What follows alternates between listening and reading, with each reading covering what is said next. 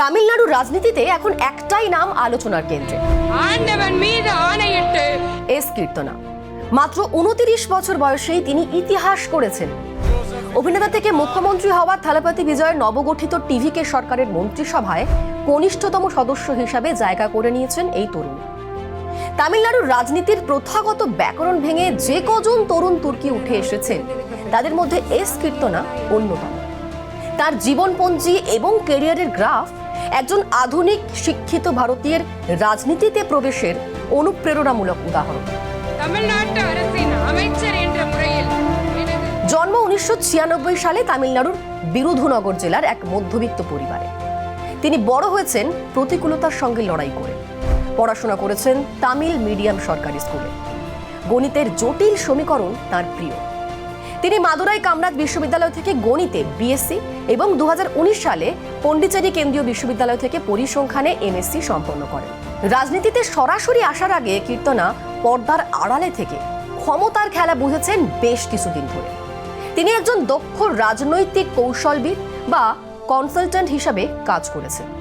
I-PAC বা এই ধরনের বড় সংস্থার সঙ্গে যুক্ত থেকে তিনি এম.কে. স্ট্যালিন, টিডিপি এবং তৃণমূল কংগ্রেসের মতো দলের হয়ে নির্বাচনী প্রচার কৌশল সাজানোর কাজ করেছেন। অর্থাৎ ভোটের মাঠ কিভাবে তৈরি করতে হয় তা তাঁর নখদর্পণে। বিরুধুনগর জেলার শিবকাশী কেন্দ্র থেকে তিনি জয়ী হয়েছেন। দীর্ঘ 7 দশকের পুরুষ শাসিত ঐতিহ্যের অবসান ঘটিয়ে তিনি এই কেন্দ্রের প্রথম মহিলা বিধায়ক এবং মন্ত্রী। 11,670 ভোটের ব্যবধানে হারিয়েছেন কংগ্রেসের পোড় খাওয়া নেতা জি অশোকনকে। কিন্তু তার এই সাফল্যের মুকুটে গতকাল এক অদ্ভুত এবং কিছুটা অস্বস্তিকর পালক যুক্ত হয়েছে, জানি সোশ্যাল মিডিয়ায় চলছে জোর চর্চা। সোমবার তামিলনাড়ু বিধানসভার শপথ গ্রহণ অনুষ্ঠানে এক নজিরবিহীন পরিস্থিতির সম্মুখীন হন কীর্তনা। যখন তার নাম ঘোষণা করা হয় তিনি দৃপ্ত পায়ে এগিয়ে যান পোডিয়ামের দিকে, কিন্তু বিধি বাম। বিধানসভার সচিব যখন তার কাছে ইলেকশন সার্টিফিকেট চাইলেন, কীর্তনা বুঝলেন সেটি তিনি সঙ্গে আনতে ভুলে গিয়েছেন।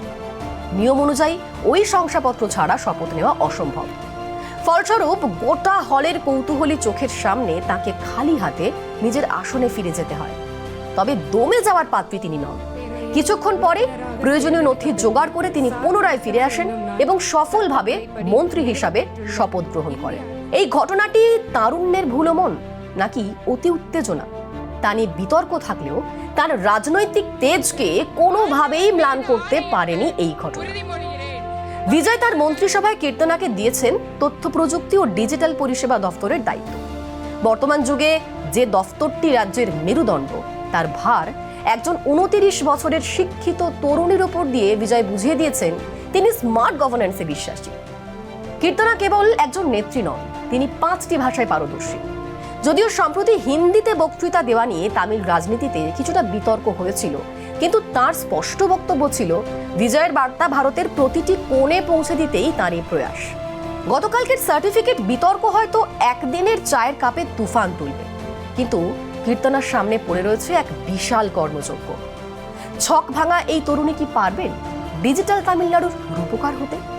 শিবকাশীর বাজি কারখানার ধোঁয়ার বদলে তিনি আইটি সেক্টরের জোয়ার আনতে পারবেন? উত্তর দেবে সময়। তবে আপাতত বিজয়ের ক্যাবিনেটে তার এই এন্ট্রি তামিল রাজনীতির চিত্রনাট্য বদলে দেওয়ার ইঙ্গিত দিচ্ছে।